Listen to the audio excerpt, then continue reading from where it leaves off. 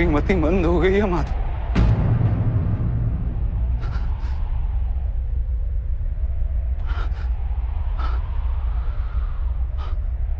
मेरे अंग अंग कांप रहे हैं। मेरे हाथों में शस्त्र उठाने की शक्ति नहीं। मेरा गांडीव मेरे हाथों से फिसला जा रहा है माधव।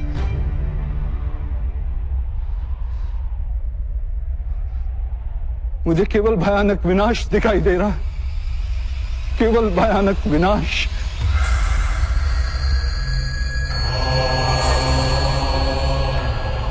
क्यों? किस हेतु माधव? किस हेतु? अपमान की पीड़ा, अन्याय का विचार या प्रतिशोध का संकल्प, ऐसा कोई कारण नहीं है मेरे पास। कोई भी कारण नहीं है माधव कि मैं इतने बड़े विध्वंस का स्वीकार कर सकूं। नहीं। विध्वंस ही नव निर्माण का कारण है पार्थ।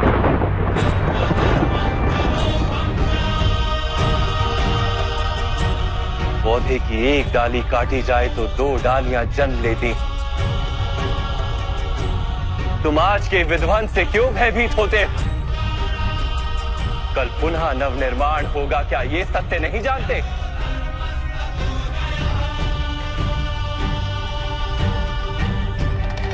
ले भयम अस्मगम पार्थ ने तत्वयूपपद्यते।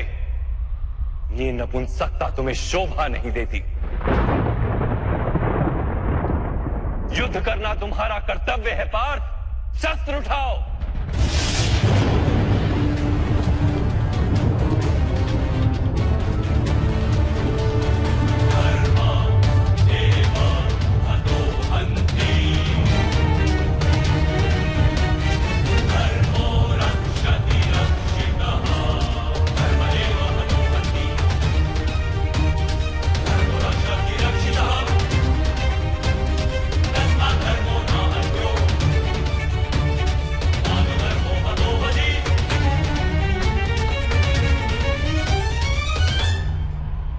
किस प्रकार शस्त्र उठाऊं माधव?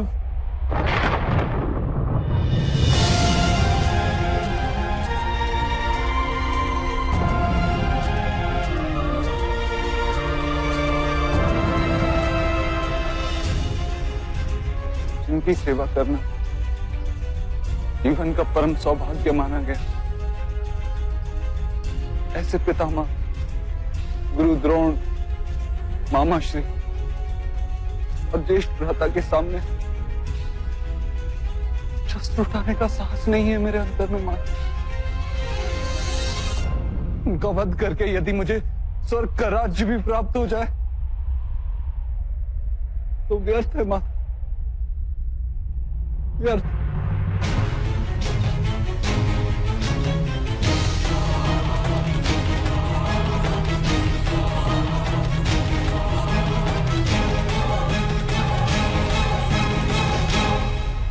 माता, मनुष्य जीता है अपने भविष्य को सोच के। मैं इन सैनिकों को भी देखता हूँ माता, इन लाखों सैनिकों को देखता हूँ।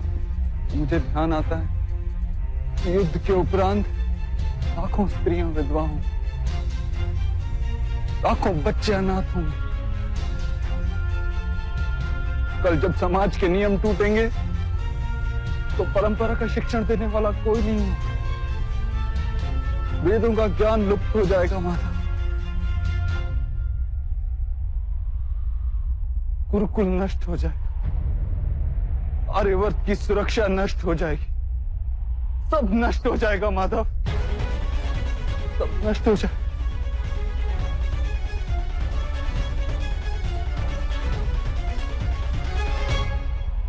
बुद्धिमान व्यक्तियों जैसे तर्क देते हो, किंतु वास्तव में मूर्खतापूर्ण बातें करते हो पार्थ। क्या नष्ट हो जाएगा? वृक्ष के कुछ पत्ते झड़ जाएं या नहीं उगाएं, उसे आनंद या दुख का कारण नहीं कहा जाता।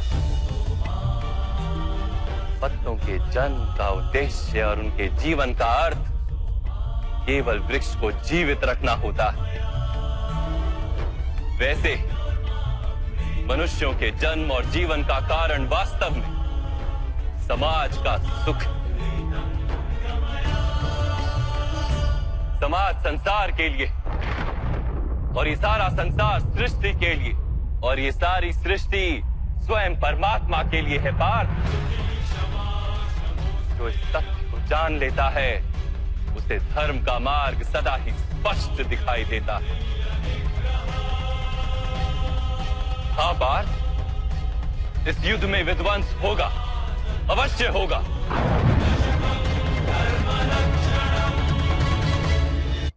हाँ पार्थ, इस युद्ध में विध्वंस होगा, अवश्य होगा। किंतु ये भी जान लो कि नई परंपराओं का निर्माण भी होगा। पुरानी परंपराएं विष बन गई हैं। हजारों वर्ष पूर्व वेदों ने जिस धर्म की स्थापना की थी वो अब केवल शब्द बनकर रह गई। जो वर्ण व्यवस्था मनुष्य की बुद्धि पर आधारित थी वो आज मनुष्य के जन्म पर आधारित हो गई, शोषण का माध्यम बन गई है पार्थ।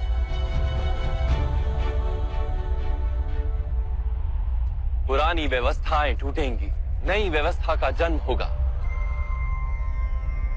पुराना धर्म नया रूप लेकर प्रकट होगा।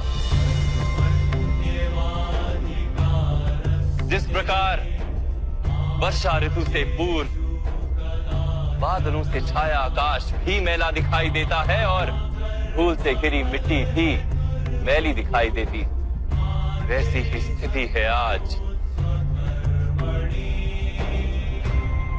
और वर्षा के पश्चात आकाश और पृथ्वी धुलकर स्वच्छ हो जाते हैं। वैसे इस युद्ध के पश्चात समाज और संसार धुलकर स्वच्छ हो जाएंगे पार्थ।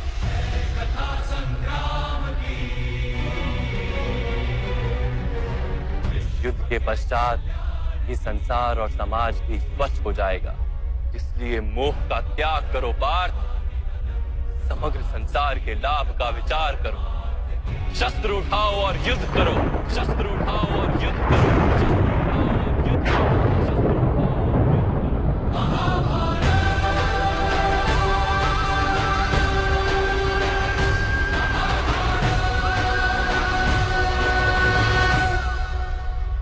मैं आपकी बातें सुन पा रहा हूं माधव, परंतु उनका अर्थ मेरे हृदय तक पहुंच ही नहीं रहा। मेरा मन मोह से गिरा हुआ है। किस प्रकार अपने धर्म का दर्शन कर, मेरा मन अपनों के विचार से भरा हुआ है। किस प्रकार सारे संसार का विचार कर।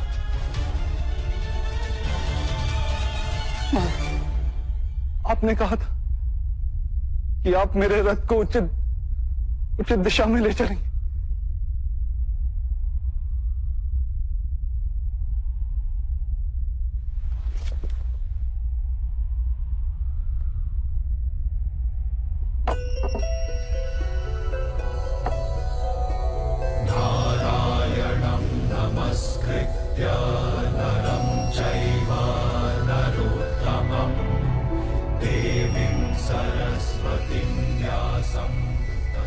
आत्मा के सारथी बनकर मेरे जीवन रथ को उचित मार्ग पे ले आइए माता।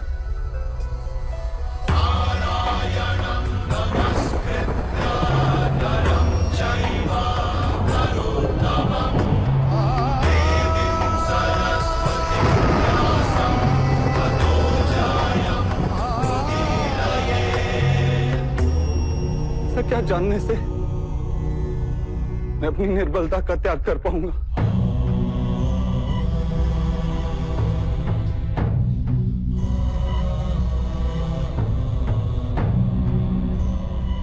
पार्थ,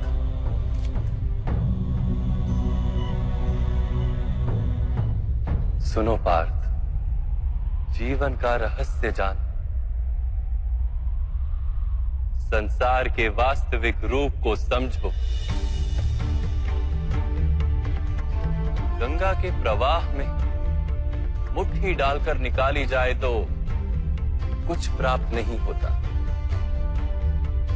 किंतु उस हथेली की अंजलि बनाकर गंगा के प्रवाह में डाली जाए तो गंगा जल मुख तक पहुंच पाता है।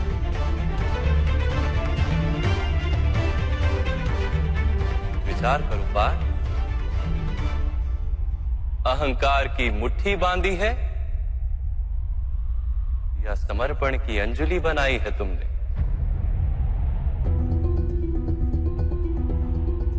इस ज्ञान को ग्रहण कर पाओगे?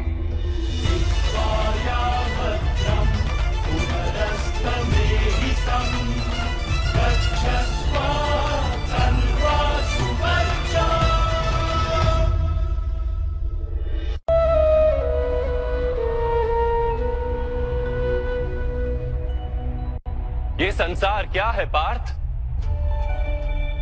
मानव, दानव, पशु, पक्षी, जंतु, कीटक, मत्स्य, वृक्ष, ये सब कैसे बनते हैं? किन पदार्थों से इनका जन्म होता है? कैसे चलते हैं, कैसे जीते हैं? मृत्यु कैसे होती है इनकी? और मृत्यु के पश्चात क्या होता है?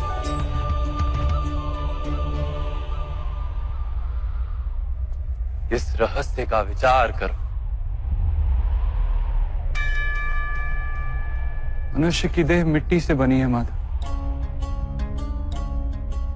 जल उसमें रक्त आदि बनकर प्रवाह करता है। अग्नि देह को तापमान देती है और देह में रिक्त स्थानों में आकाश प्रकट होता है। अर्थात धरती, वायु, जल, अग्नि और आकाश, इन पंच महाभूतों से ही शरीर का निर्माण हो। अर्थात महामहिम गुरु द्रोण पृथ्वी, जल, वायु, अग्नि और आकाश से अधिक कुछ भी नहीं। धर्म ज्ञानी भी पंच महाभूत का जोड़ है और अधर्मी भी। तो मोह किसका कर रहे हो पार्थ?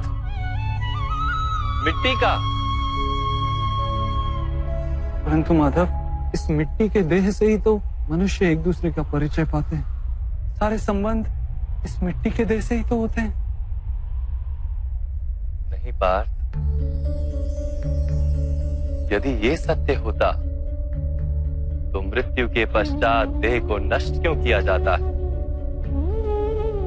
वास्तव में ना मनुष्य का परिचय उसकी देह से है और ना ही संबंधों का आधार उसकी देह से। मनुष्य का स्वभाव, उसके बर्ताव और उसके कार्य उसका परिचय। तमस, रजस और सत्व, ये तीन गुण क्या है माधव? तमस का अर्थ होता है अंधकार। बिना अच्छे बुरे का विचार किए जीवन व्यतीत करने को तामसिक व्यवहार कहा जाता है। जैसे पशु पक्षी जीते हैं केवल अपनी शारीरिक इच्छाओं को पूर्ण करने के लिए। सत्व का अर्थ होता है ज्ञान का प्रकाश। जब व्यक्ति प्रत्येक परिस्थिति में धर्म का, सत्य का और परंपराओं का विचार करके व्यवहार करता है, तब उसे सात्विक जीवन कहा जाता है। इन दोनों के मध्य में ऐसा व्यक्ति होता है जिसके पास ज्ञान तो है पर शरीर और मन की इच्छाओं के साथ बंधा हुआ भी है। ऐसा मनुष्य रजस अर्थात अहंकार पूर्ण मनस्थिति के साथ जीता है। तमस, रजस तथा सत्व गुणों के अधिक या कम मात्रा के मेल से ही मनुष्य का स्वभाव बनता है।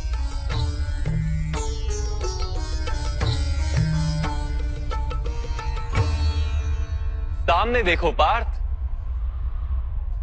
इन सब में तुम्हें कौन से गुण दिखाई देते हैं?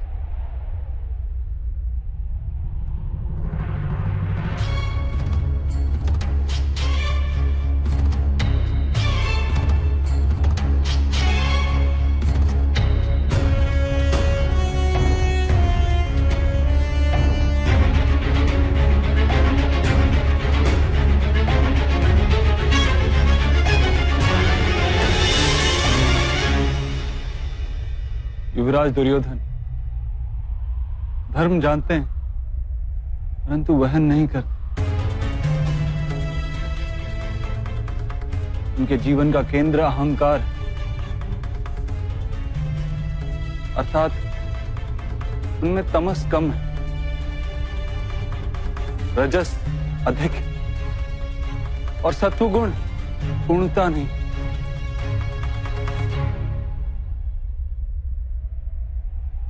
और इस ओर राजकुमार दुशासन,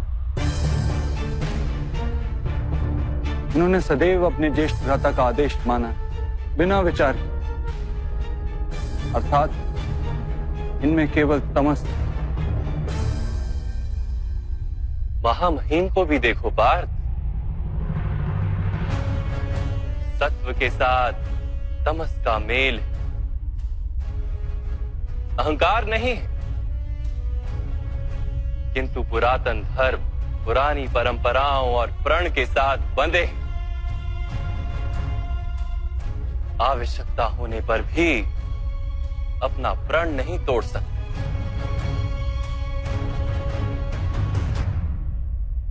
गुरु द्रोण को देखो, ज्ञान और अहंकार दोनों ही हैं। ज्ञान तो मनुष्य को मुक्ति दिलाता है, किंतु इनका अहंकार इन्हें मुक्त नहीं होने देता।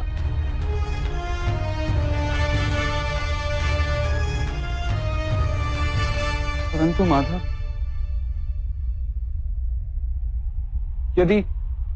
यदि मनुष्य का स्वभाव इन तीन गुणों का मेल है, तो फिर मनुष्य का व्यवहार पहले से ही निश्चित है। सिंह हिरन को खाएगा ही और हिरन सिंह से भयभीत ही होगा। तो फिर धर्म की प्रशंसा क्यों? अपराध का दंड क्यों? उसका क्या तात्पर्य है?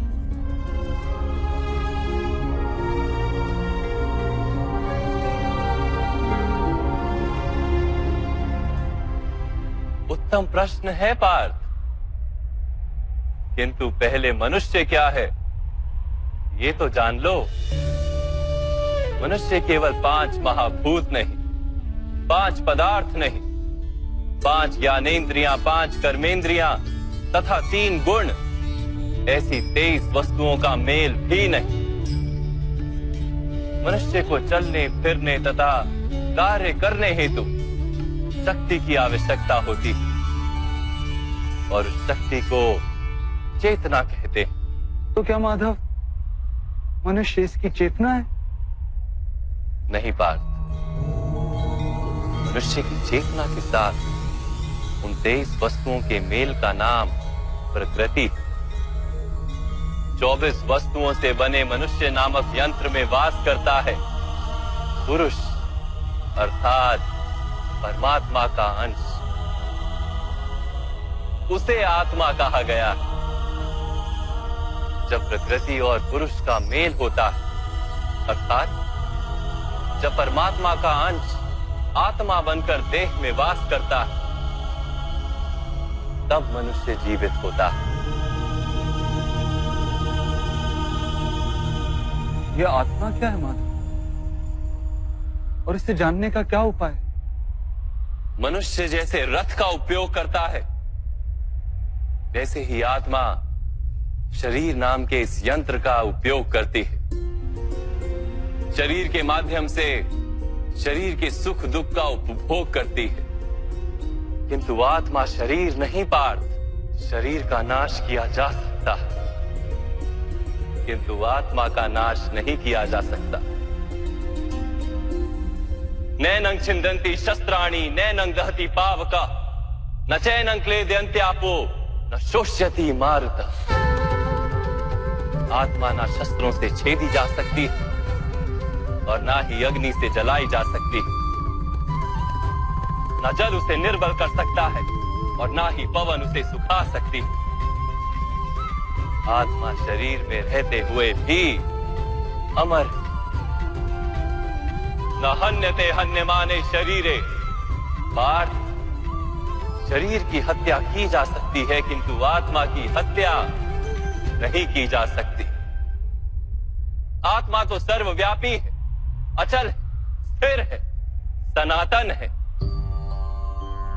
पुराना वस्त्र त्याग कर जैसे मनुष्य नया वस्त्र धारण करता है, वैसे ही आत्मा पुराना शरीर छोड़कर बार बार नया शरीर धारण करती है। परंतु माधव, मैं तो जगत का अनुभव अपने शरीर के माध्यम से ही करता हूं। स्वयं को देह न जानकर मैं आत्मा कैसे जान सकता हूं? स्वयं को आत्मा के रूप में जानना असंभव भी नहीं पार्थ। अंध भी जीते हैं, गूंगे भी जीते हैं, जिनके पास हाथ पैर नहीं होते वो भी जीते हैं। स्पष्ट कि शरीर मनुष्य नहीं, जिसकी चेतना चली जाती है, जिसे मूर्छा आ जाती है, वो भी जीवित रहता है। इसलिए स्पष्ट है कि मनुष्य का चेतन तत्व वो भी शरीर नहीं। इसी प्रकार जो व्यक्ति अपने भीतर खोज करता है, मैं इंद्रियां नहीं, शरीर नहीं, भावनाएं नहीं, विचार नहीं, ज्ञान भी मैं नहीं, जो ये समझता जाता है वो अंत में स्वयं को आत्मा के रूप में जान ही लेता है।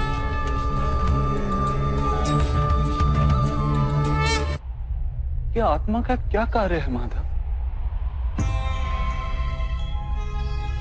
जब पर ब्रह्म के भाग हुए, पुरुष तथा प्रकृति बने, तब पुरुष अर्थात परमात्मा के अंश ने आत्मा बनकर प्रकृति की प्रत्येक वस्तु में वास किया।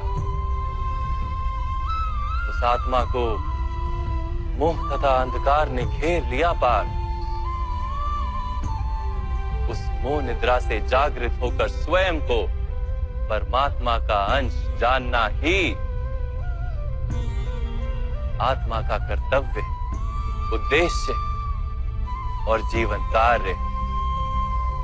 परंतु माधव, यदि हर आत्मा परमात्मा का अंश है, तो क्या उन्नति और अवगति स्वयं परमात्मा कर रहे? जिस प्रकार कीचड़ में पड़ा रत्न चमकता नहीं, वैसे ही प्रकृति के 24 पदार्थों से घिरी आत्मा को विस्मरण हो जाता है कि वो परमात्मा का अंश है।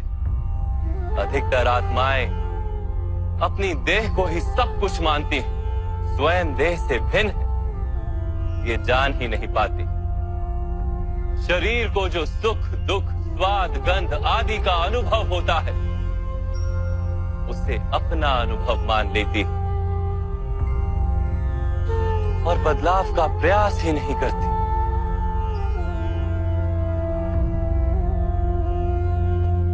जो आत्माएं बदलाव का प्रयत्न नहीं करती, निरंतर अधर्म करती रहती हैं, उन्हें जागृत करने के लिए दंड देना अनिवार्य है।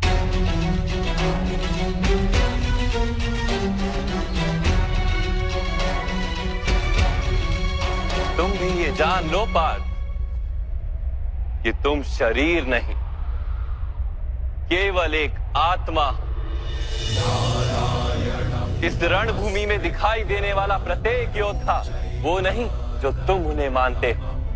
कुछ समय के लिए इन सब ने शरीर में वास किया, इनके शरीर मरेंगे किंतु ये सब अमर। वो पुनः नया शरीर धारण करेंगे। जब तक स्वयं को शुद्धात्मा के रूप में जान नहीं लेंगे, जब तक अधर्म का त्याग करके धर्म में दृढ़ नहीं होंगे, तब तक ये जन्म लेते और मरते रहेंगे। यही ब्रह्म विद्या का प्रथम पाठ है पार्थ। जो जन्मा है वो अवश्य मरेगा, और जो मरता है वो अवश्य फिर से जन्म लेगा। इस महाज्ञान को सांख्य योग कहते हैं।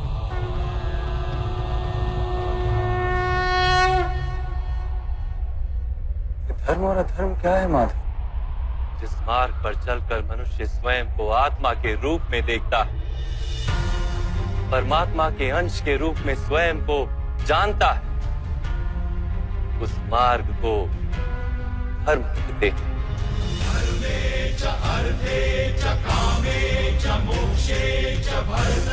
जब मनुष्य स्वयं को परमात्मा के अंश के रूप में जान लेता है, तब उसे ये अनुभूति होती है कि ये सृष्टि ही परमात्मा है और ये परमात्मा ही सृष्टि है। सृष्टि और परमात्मा में कोई भेद नहीं।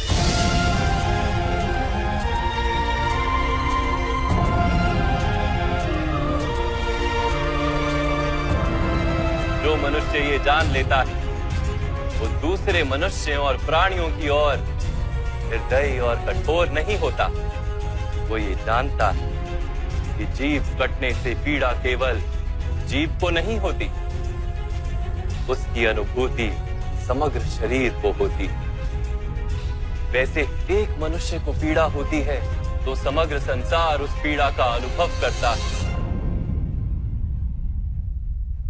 जब तक संसार में एक मनुष्य भी पीड़ित है, तब तक वास्तव में किसी का भी सुख संपूर्ण नहीं। जानने पर मनुष्य का मन करुणा से भर जाए, उसे धर्म कहते हैं।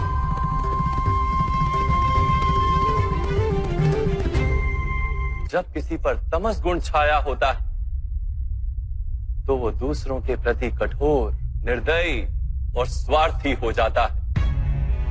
अपने माने हुए सुख के लिए दूसरों को दुख देता है। परमात्मा की ओर गति नहीं हो पाती उसकी। अर्थात अधर्म परमात्मा से दूर ले जाने वाले मार्ग का नाम। अर्थात अधर्म तो अज्ञान का दूसरा नाम। तो फिर अज्ञानी के प्रति तो दया होनी आवश्यक है ना। दंड का क्या तात्पर्य है?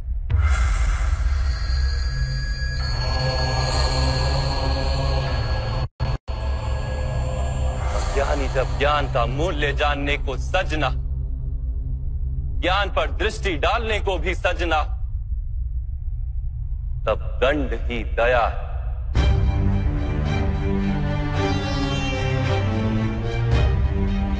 उसके प्रति भी और दूसरों के प्रति भी।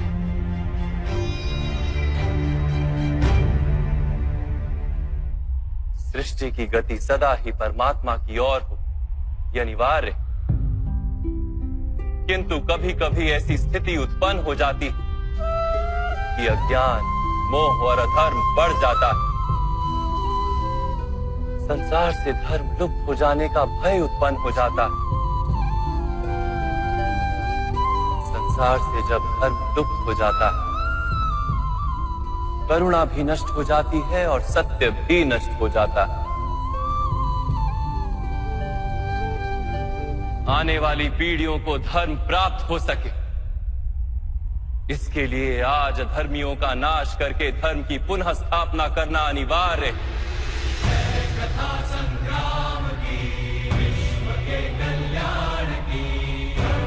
आज भी ऐसी ही स्थिति है पार्थ, और धर्म स्थापना का कर्तव्य तुम्हारा है। इसलिए निर्बलता का त्याग करो और इस युद्ध के लिए सज हो जाओ। और इस युद्ध के लिए सज हो जाओ। युद्ध के लिए सज हो जाओ।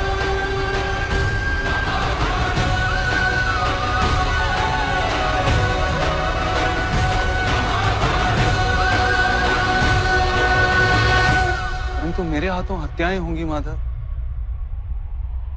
मेरे कारण किसी के प्राण जाएंगे तो मेरे अंतर की करुणा का नाश नहीं हो जाएगा?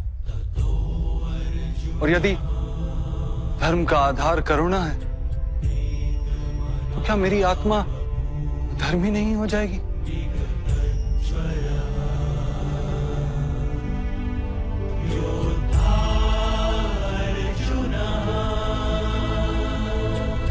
कर्म का बंधन अवश्य निर्मित होता है, किंतु कार्य का बंधन निर्मित नहीं होता पार्थ। तुम्हें कर्म और कार्य के बीच क्या भेद है, ये जानना आवश्यक है। सभी कर्म कार्य किंतु सभी कार्य कर्म नहीं।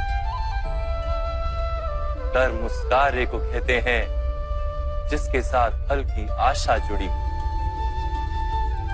मनुष्य जब भी सुख की, संपत्ति, प्रशंसा की आशा रखकर कोई कार्य करता है तो वो उस कार्य के फल से बंध जाता है। जब किसी कर्म को फल की आशा से किया जाए तो उसे सकाम कर्म योग कहते हैं, और जब किसी कर्म को बिना किसी फल की आशा से किया जाए तो उसे निष्काम कर्म योग कहते हैं। इसी कारण से उसे बार बार जन्म लेना पड़ता है। वास्तव में मनुष्य को कोई कर्म नहीं बांधता, उस कर्म से जुड़ी आशाएं उसे बांधती।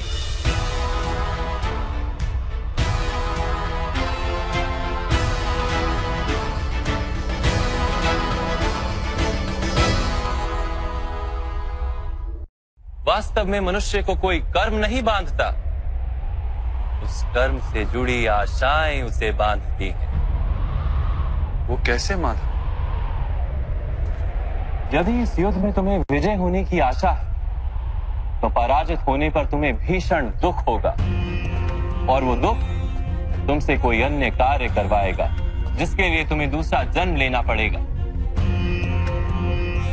और यदि तुम विजयी हुए तो तुम्हारा अहंकार बढ़ेगा, और वो अहंकार तुम्हें विश्व विजय के लिए प्रेरित करेगा, तुमसे हत्याएं करवाएगा और उसका पाप तुम्हें बांधेगा।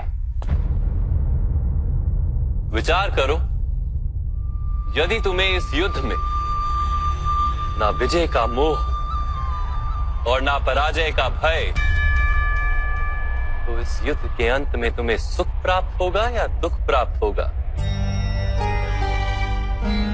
ना सुख माधव, ना ही दुख।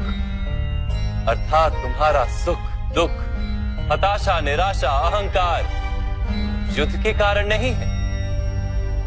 युद्ध के साथ तुमने जो आशाएं बांधी हुई हैं, उसके कारण है। क्या ये सत्य नहीं है पार्थ?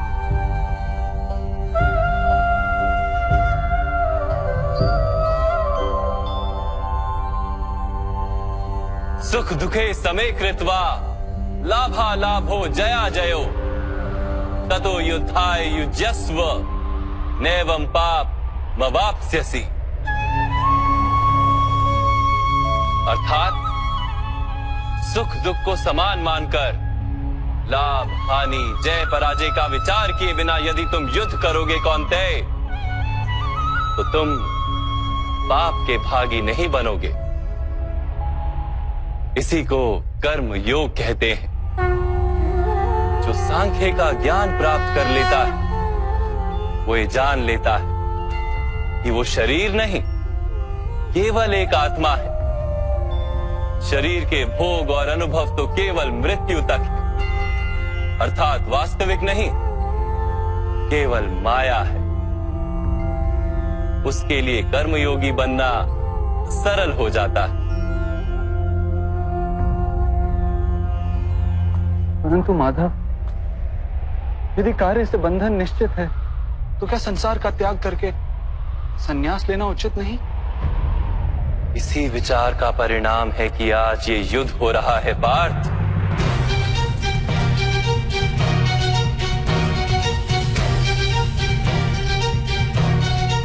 विचार करो, जब सत्व गुण से भरे धर्म को जानने वाले लोग कर्मों का त्याग करते हैं, तब अधर्म से भरे लोग भी संसार में जला दे।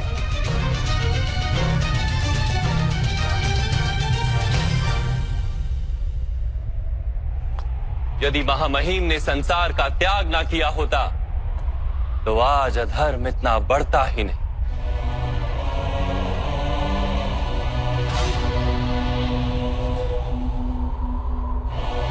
और तुम्हारे पिता ने यदि संन्यास ना लिया होता तो आज भ्राता युधिष्ठिर सुख से राज कर रहे होते।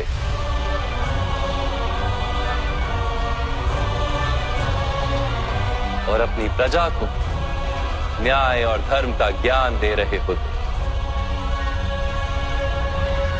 किंतु दुखदायक बात तो यह है पार्थ कि सत्वगुण से भरे मनुष्य ही संसार को लाभ दे सकते हैं, किंतु वो ही संन्यास का विचार करते हैं। जैसे जल तो भाप बनकर उड़ जाता है और कीचड़ वहीं पड़ा रहता है, वैसे सत्वगुणी सज्जन लोग तो संसार का त्याग कर देते और तमस से भरे अधर्मी लोग संसार में कार्य करते हैं। इसी कारण से संसार में पाप और अधर्म बढ़ता है।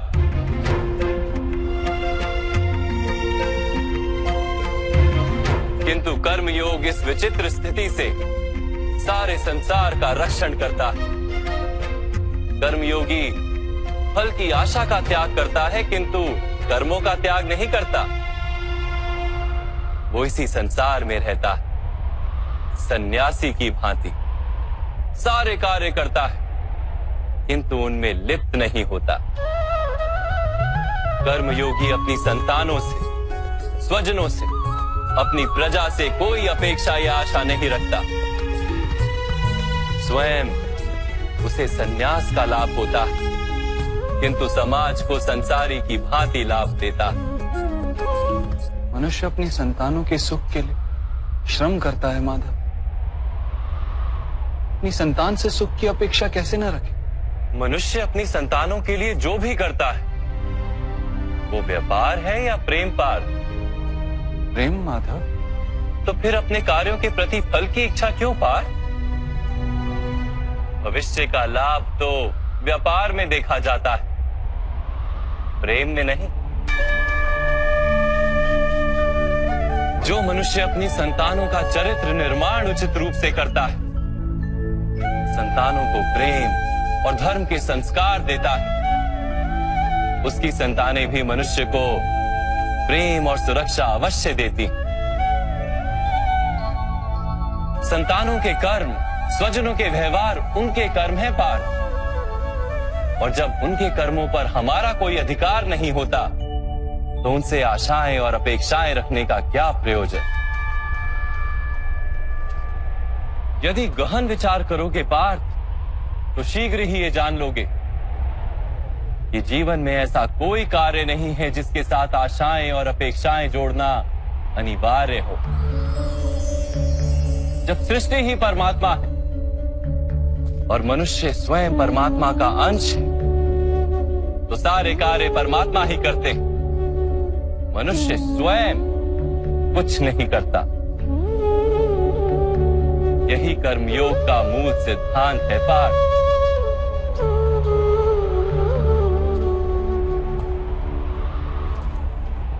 तुम्हें भी कर्मयोगी बनकर ये युद्ध करना आवश्यक है पार्थ।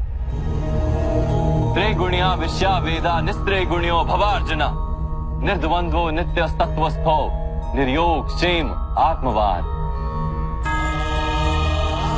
3 गुणों का त्याग करके निर्गुण बन जाओ पार्थ।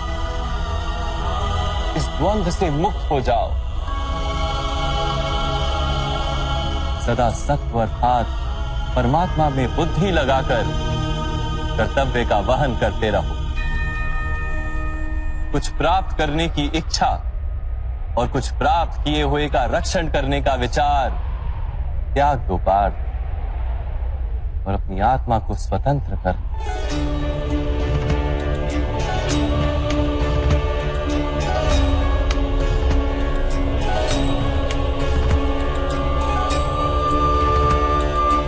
स्मरण रहे पार्थ,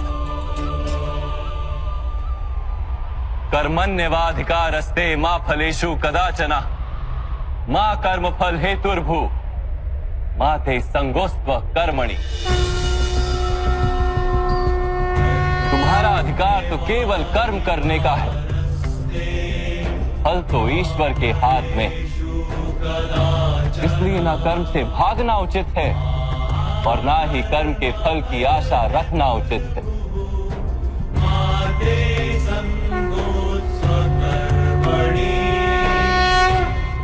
जो फल का त्याग कर दे परंतु कर्म का त्याग ना करे, ऐसे कर्म योगी को कैसे जाना जा सकता है माधव?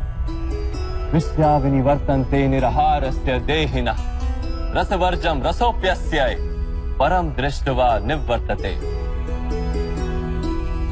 सुनो पार्थ, जो स्वाद से छूटने के लिए भोजन का ही त्याग कर देता है, वास्तव में उसके मन से स्वाद की लालसा कभी जाती ही नहीं, उसे दोहरी हानि होती। एक तो वो निर्बल हो जाता है, जिसके कारण परमात्मा को प्राप्त करने का जो प्रयत्न अनिवार्य है उसे वो नहीं कर पाता, और दूसरा सदा ही उसका मन स्वाद की लालसा से भरा रहता है।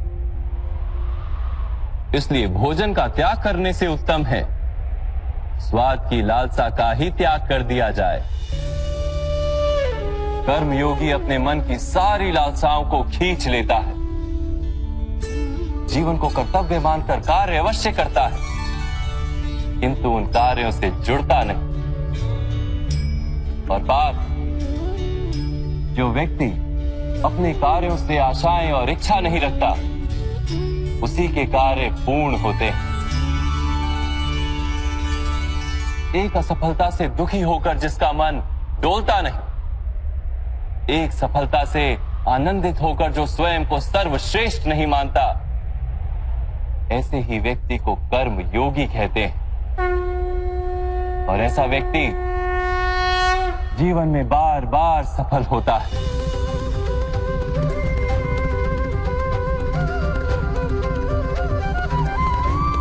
ध्यायतो विषयान् पुंसः संगस्तेषु पजायते संगात संजायते कामा कामात् क्रोधो भिजायते क्रोधात् भवति सम्मोहः सम्मोहात् स्मृति विभ्रमः स्मृति भ्रंशात् बुद्धिनाशो बुद्धिनाशात् प्रणश्यति। फल की आशा से कामना प्रकट होती है, और कामना का तो स्वभाव है असंतुष्ट रहना। असंतोष से क्रोध उत्पन्न होता है, और क्रोध से मोह जन्मता है। मोह के कारण व्यक्ति आचार और व्यवहार का ज्ञान ही भूल जाता है। ज्ञान के जाने से बुद्धि चली जाती है, अनुचित प्रकार के कार्य होने लगते हैं, और समाज ऐसे व्यक्ति का शत्रु बन जाता है, और अंत में ऐसे मनुष्य पूर्णतः पतन हो जाता है।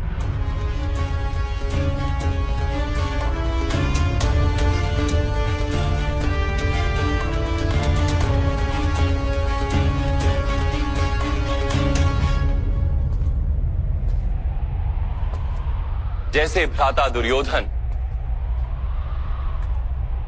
उनके सेनापति महामहिम उनके ही शत्रु हैं,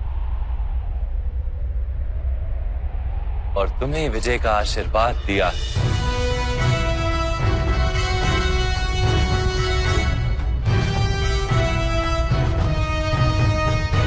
पार्थ, कर्मयोग ब्रह्म विद्या का दूसरा चरण है। परमात्मा में अपनी बुद्धि स्थिर करो, स्वयं को आत्मा जानो, मिथ्या बंधनों से मुक्त हो जाओ, और फल की आशा का त्याग करके केवल कर्म करते रहो।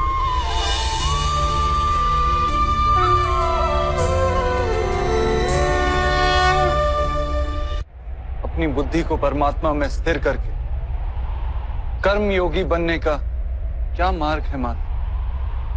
पार्थ, सांख्य योग के कारण मनुष्य परमात्मा का निरंतर स्मरण करता रहता है, परमात्मा का स्मरण करने से मनुष्य के हृदय में समर्पण का भाव उत्पन्न होता है और उस भाव को भक्ति कहते हैं। भक्ति से मनुष्य को सत्य असत्य का ज्ञान प्राप्त होता है। उस ज्ञान से उसे परमात्मा के दर्शन होते हैं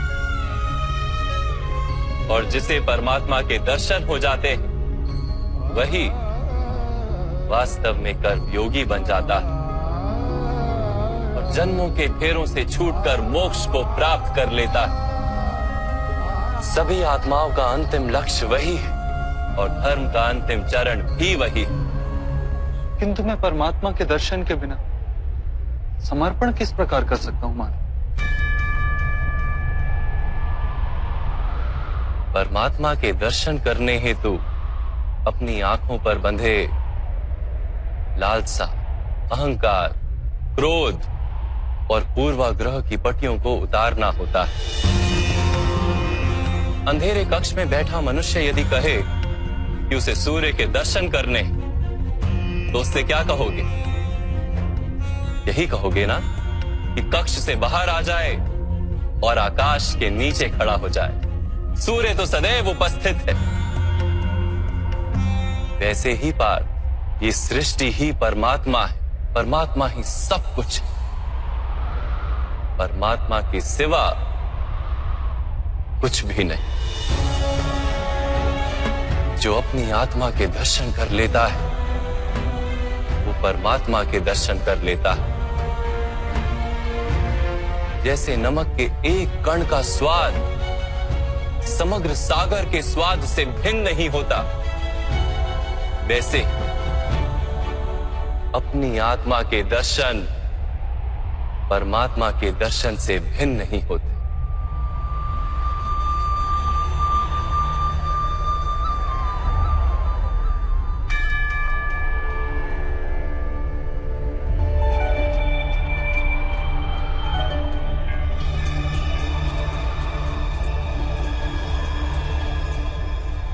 माधव, क्या आप भी परमात्मा हैं?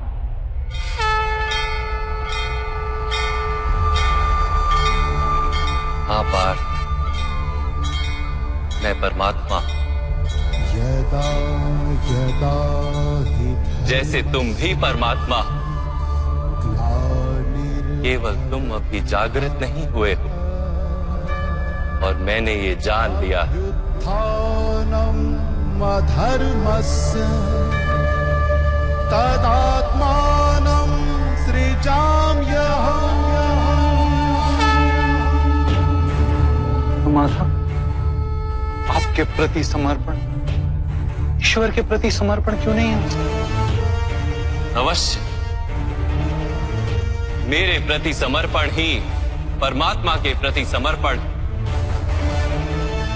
सर्वधर्मान् परित्यज्य मामेक शरणम व्रज। सारे जगत का त्याग करके मेरी शरण में आ जाओ पार्थ। यदा यदा हि धर्मस्य मैं ही संसार हूं, मैं संसार का प्रत्येक कण हूं, मैं ही सूर्य हूं और मैं ही चंद्र हूं, मैं ही नक्षत्र हूं और मैं ही सभी ग्रह हूं। मैं सूर्य से भी अधिक पुरातन हूं और किसी वृक्ष पर खिली कली से भी नया हूं।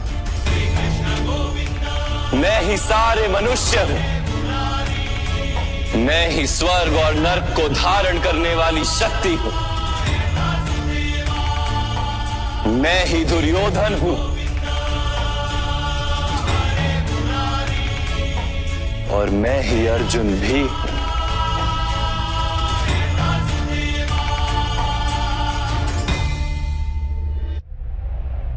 वो कैसे संभव है माधव?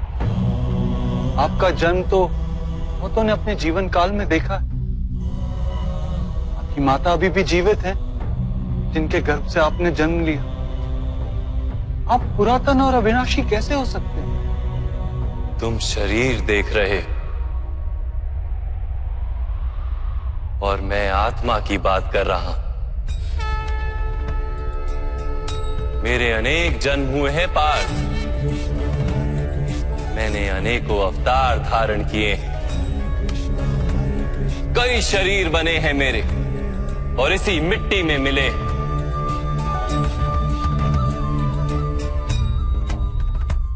और आगे भी मैं बार बार जन्म लूंगा।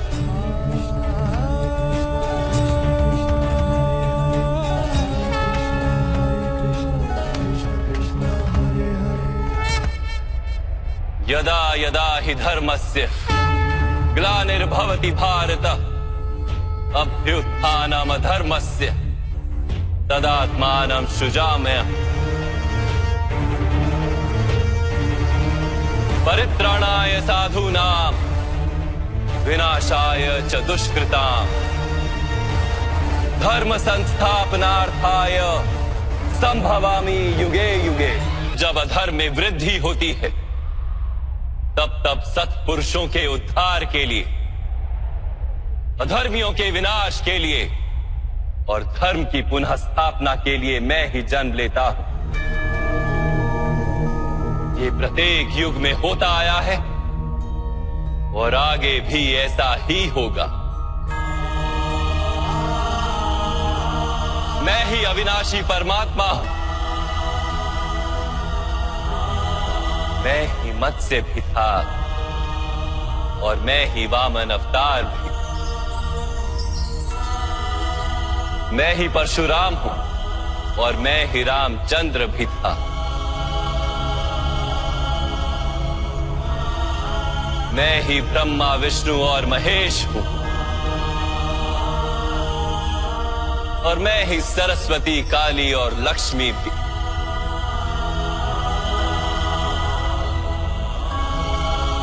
मैं ना पुरुष हूं, ना स्त्री हूं और ना ही नपुंसक। मैं ना शरीर हूं, ना शरीर के अंग हूं। मैं ज्ञान, सृष्टि हूं, चैतन्य और पर ब्रह्म। मैं सब कुछ हूं और मैं कुछ भी नहीं।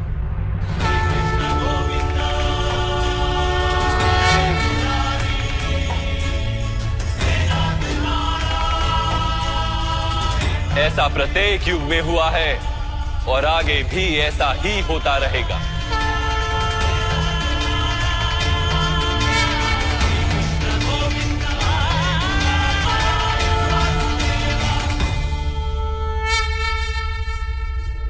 मैं कुछ भी नहीं हूं और मैं सब कुछ। ऐसा प्रत्येक युग में हुआ है और आगे भी ऐसा ही होता रहेगा।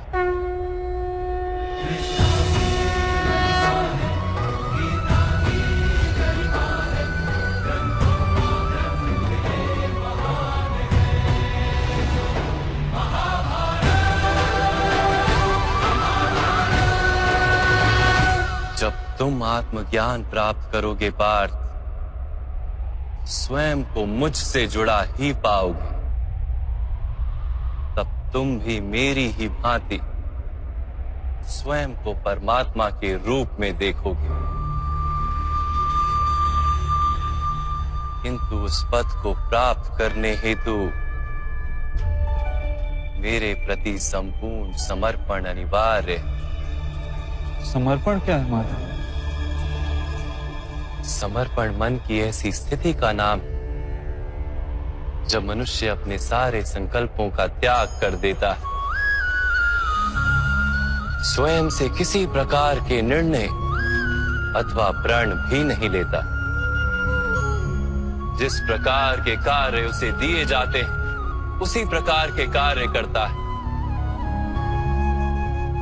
वास्तव में समर्पण का अर्थ होता है अपने आप, अपने मन को, बुद्धि को, ज्ञान को, इच्छा को, आशा को, अपनी भावनाओं को, अपना सब कुछ किसी को अर्पण कर देना। और ऐसे समर्पण को भक्ति कहते हैं।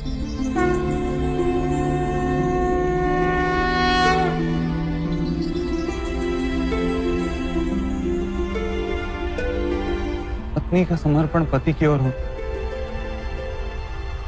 एक योद्धा का समर्पण सेनापति की ओर होता है। एक शिष्य के हृदय में गुरु भक्ति होती है। क्या ये सारी भक्तियां एक समान? क्या सबको ईश्वर की प्राप्ति होती है? नहीं पार्थ, मनुष्य जिसके प्रति समर्पित होता है उसी के रूप में ढलने लगता है। उसके मन में कोई संदेह, कोई प्रश्न जन्म नहीं लेता। किसी दुष्ट के प्रति समर्पण उस मनुष्य के कार्यों को दूषित कर देता है। अंगराज कर्ण ने धर्म को जानते हुए भी द्यूत सभा में पांचाली को अपशब्द कहे थे। जो 5-5 पुरुषों के साथ संबंध रखती है, वैश्या होती है ऐसी स्त्रियां। उसका कारण था अंगराज का भ्राता दुर्योधन के प्रति समर्पण। इस युद्ध में उन्हें जो दंड मिलेगा वो किसी जन्म या जाति के लिए नहीं, अथवा एक दुष्ट के प्रति समर्पण के लिए उन्हें दंड मिलेगा। इसलिए हे धनंजय, समर्पण उत्तम के प्रति होना आवश्यक है। उसी से मनुष्य उत्तम बनता है। लोहे की माला से अपराधी बांधा जाता है, पीतल की माला से मंदिर के दीपक को बांधा जाता है, और सोने की माला को आभूषण बनाकर गले में धारण किया जाता है। पति भक्ति, स्वामी भक्ति, मित्र भक्ति, ऐसी अनेक भक्तियां होती हैं पार्थ, किंतु सबसे श्रेष्ठ भक्ति तो परमात्मा की भक्ति होती है।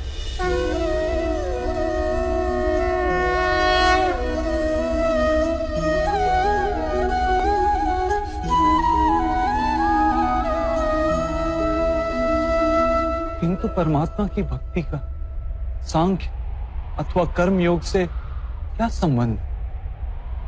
सांख्य योग के कारण मनुष्य स्वयं को आत्मा के रूप में जानता है। कर्म योग से वो जीवन के बंधनों से छूट जाता है, और भक्ति के कारण मनुष्य को परमात्मा के वास्तविक रूप का ज्ञान होता है। परमात्मा के ज्ञान से मनुष्य जन्म मरण के फेरों से छूटकर सच्चिदानंद स्वरूप को प्राप्त कर लेता है। परमात्मा में समाकर स्वयं परमात्मा हो जाता है। जैसे जल की छोटी सी बूंद जब सागर में मिलती है तो स्वयं सागर बन जाती है। अर्थात इस शरीर का कोई महत्व ही नहीं है माधव। अवश्य महत्व है पार्थ। शरीर के माध्यम से ही मनुष्य को परमात्मा का साक्षात्कार होता है। मृत्यु और नए जन्म के बीच के समय में आत्मा के ज्ञान में वृद्धि नहीं हो पाती। इस जन्म में प्राप्त अनुभव, ज्ञान, विचार और अभ्यास को लेकर आत्मा नया शरीर धारण करती है। आत्मा की प्रगति और अधोगति शरीर में रहकर ही संभव है।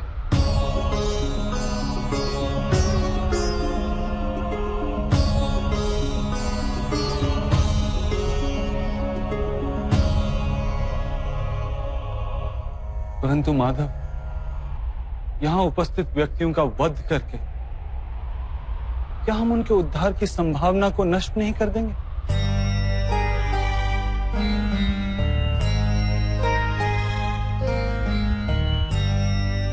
तुम्हारे शत्रु धर्म की मर्यादा को तोड़ चुके हैं पार्थ। अधर्म ही उनका स्वभाव बन गया। उनका उद्धार उद्धार अब असंभव है।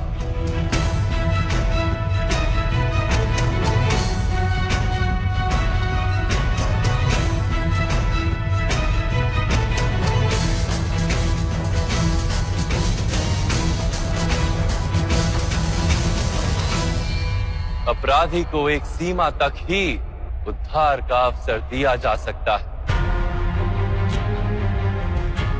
मैंने शिशुपाल के 99 अपराधों को क्षमा किया था, किंतु 100 अपराधों के पश्चात उसे दंड देना आवश्यक था।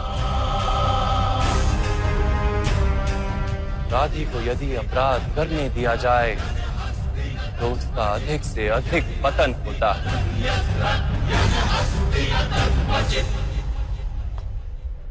उसे अधर्म से रोकने में ही करुणा है धनंजय। ये आत्माएं मरेंगी नहीं, अधर्म से दूषित शरीर का त्याग करके नया शरीर धारण करेंगी और उस शरीर में उनकी प्रगति की संभावना अधिक होगी। इस विचार से यदि तुम युद्ध करोगे तो वो उचित है। मनुष्य का शरीर उसकी संपत्ति भी है और मर्यादा भी। धर्म के मार्ग पर प्रवास करने वाला मनुष्य अपने शरीर को शुद्ध करता है और उसके माध्यम से आत्मा का साक्षात्कार करता है। इसी को क्षेत्रज्ञ संबंध कहा गया है। मैं इसका तात्पर्य नहीं जान पाया माधव। जब मनुष्य ये जान लेता है कि उसका शरीर एक भूमि का टुकड़ा है, अर्थात क्षेत्र है, और वो उस शरीर में रहने वाला, उस शरीर को समझने वाला अर्थात क्षेत्रज्ञ है, तब वो शरीर के माध्यम से अपनी प्रगति साध पाता है। आत्मा शरीर में रहकर 3 गुणों का समतोलन करती है। तमस को घटाकर सत्व को बढ़ाने का उपाय करती है और ईश्वर की भक्ति करके परमात्मा के साथ एक हो जाती है। भक्ति कैसे की जाती है माधव? क्या समर्पण ही भक्ति नहीं? नहीं पार। समर्पण तो भक्ति का प्रथम चरण है। वास्तव में भक्ति किसी कार्य का नाम नहीं, वो तो केवल मनस्थिति का नाम है। आवश्यक है कि मनुष्य जब तब यज्ञ याग यम नियम योग और स्वाध्याय के माध्यम से अपने अंतर को शुद्ध करे और परमात्मा के प्रति समर्पित रहे। मनुष्य अपने सारे कार्य, सभी कार्यों के फल, अपने जीवन का प्रत्येक श्वास परमात्मा को समर्पित करता रहे।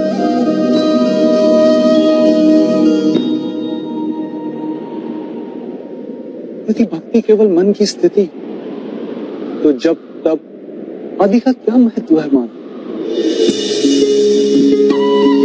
जैसे आज धोया हुआ पात्र कल पुनः मैला हो जाता है, वैसे ही मनुष्य का मन बार बार परमात्मा से विमुख हो जाता है। इसीलिए आवश्यक है कि जब तप और स्वाध्याय आदि के माध्यम से स्वयं को निरंतर ये स्मरण दिलाता रहे कि उसका जीवन परमात्मा के प्रति समर्पित है। किस तट पर डुबकी लगाई जाए इसका महत्व नहीं, महत्व है डुबकी लगाने का। भक्ति योग का एक ही सार है पार, कि मनुष्य परमात्मा को अपना जीवन अर्पण करके परमात्मा की भक्ति करता रहे और सत्व गुण से युक्त संपत्ति को संभाल कर रखे। सत्व गुणी संपत्ति किसे कहा जाता है माधव? अहिंसा सत्यम क्रोध त्याग शांति ही पेशुनम दया भूतेष्व लोलुप्त्वम मार्दवम वीर चापलम तेज क्षमा धृति शोचम द्रोहो नातिमानिता भवन्ति संपदम दैवी अभिजातस्य भारत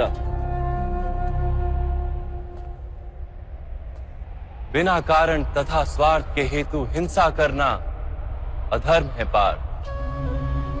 वास्तव में अहिंसा ही परम धर्म है और उसके साथ सत्य, क्रोध ना करना, त्याग, मन की शांति, निंदा ना करना, दया भाव, सुख के प्रति आकर्षित ना होना, बिना कारण कोई कार्य ना करना, तेज, क्षमा, धैर्य, शरीर की शुद्धता, धर्म का द्रोह ना करना तथा अहंकार ना करना, इतने गुणों को सत्वगुणी संपत्ति या दैवी संपत्ति कहा जाता है।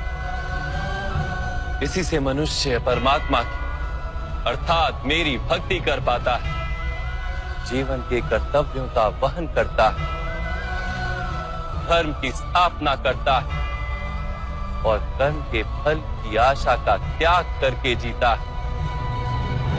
उसे मैं निस्संदेह इस जन्म में संतोष देता हूं और मृत्यु के पश्चात अपने ही अंतर में स्थान देता हूं।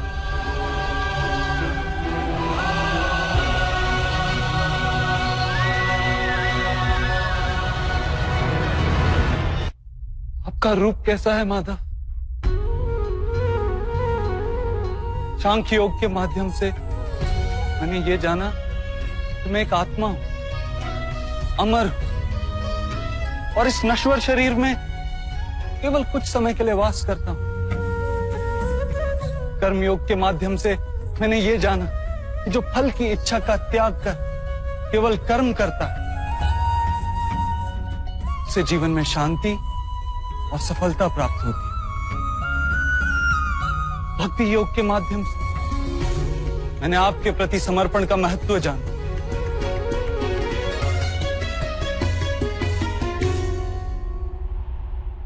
परंतु माधव, आपने कहा था कि यहां हर स्थान पर मनुष्य नहीं केवल परमात्मा है।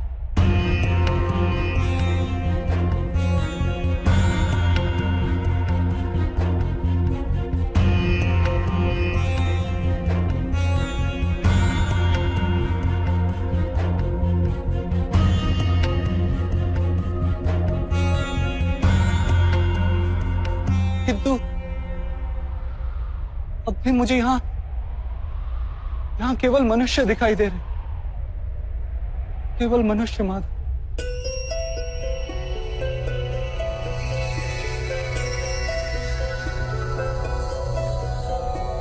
नारायणं नमस्कृत्य नरं चैव नरोत्तमं देवीं सरस्वतीं व्यासं ततो जयमुदीरये। मैं आपके वास्तविक रूप का दर्शन करना चाहता हूं माधव।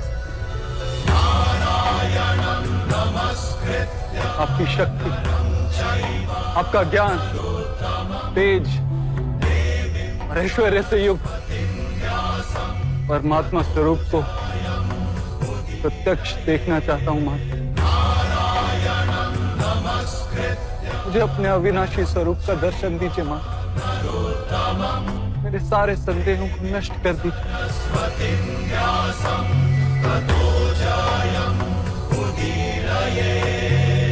मुझे दर्शन दीजिए माधव।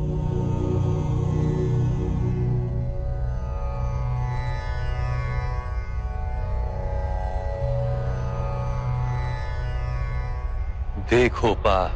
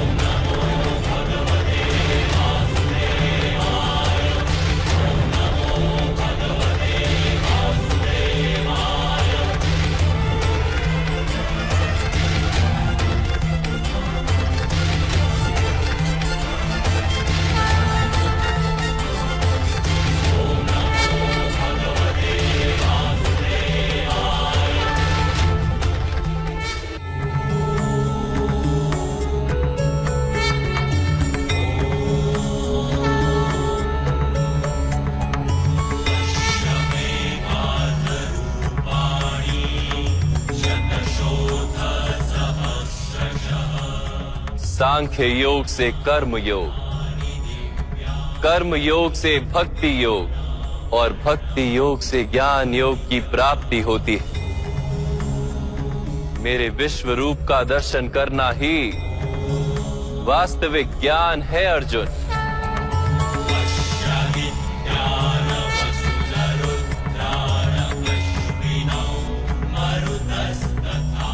यही एक ज्ञान जो विश्व में सारे ज्ञानों तथा विज्ञानों का आधार है।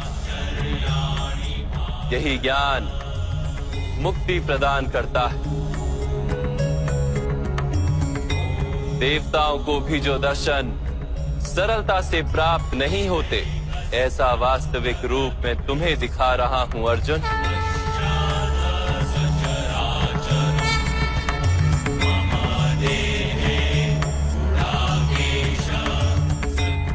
मैं ही इस पृथ्वी के कण कण में वास करता हूं और ये पृथ्वी, सूर्य, चंद्र, नक्षत्र और तारा मंडल मेरे भीतर वास करते हैं।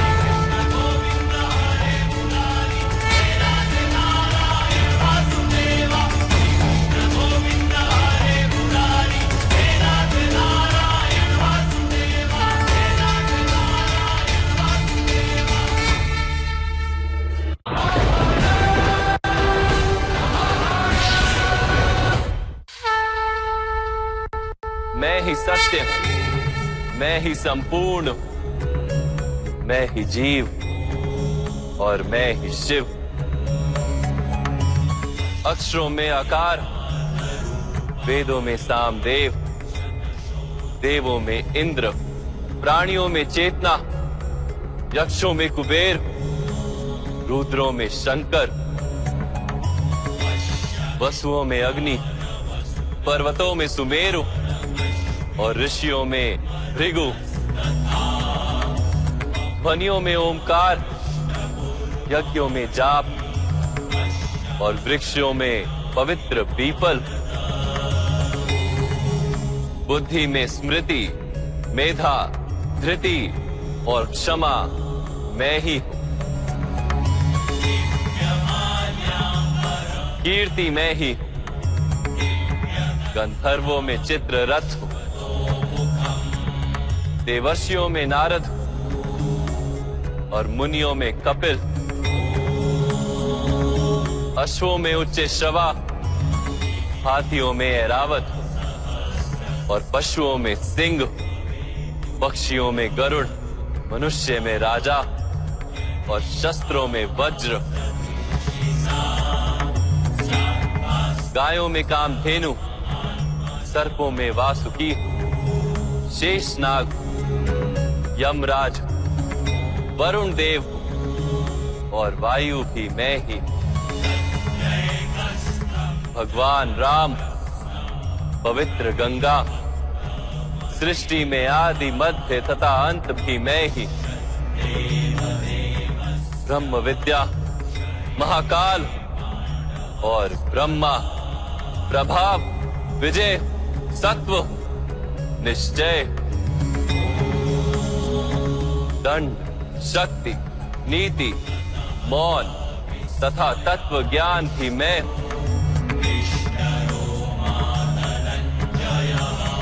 वासुदेव, अर्जुन, वेद व्यास, ऐसा कुछ भी नहीं जो मैं नहीं। ऐसा कोई स्थल नहीं जहां मैं नहीं।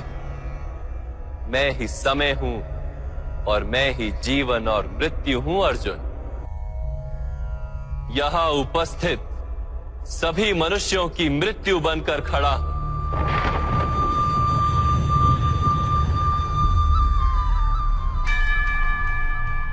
तुम यदि शस्त्र नहीं उठाओगे तब भी मैं इन सब का वध कर दूंगा। इसलिए मोह का त्याग करो और अपने कर्तव्य को देखो।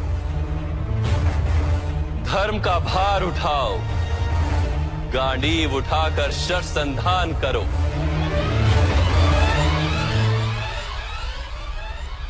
युद्ध करो अर्जुन, युद्ध करो।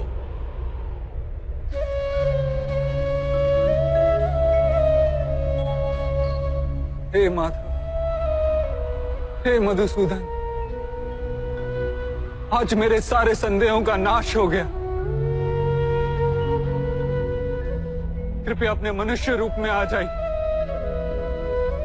मैं आपके प्रत्येक आदेश का पालन करूंगा। करिष्य वचनम तवा।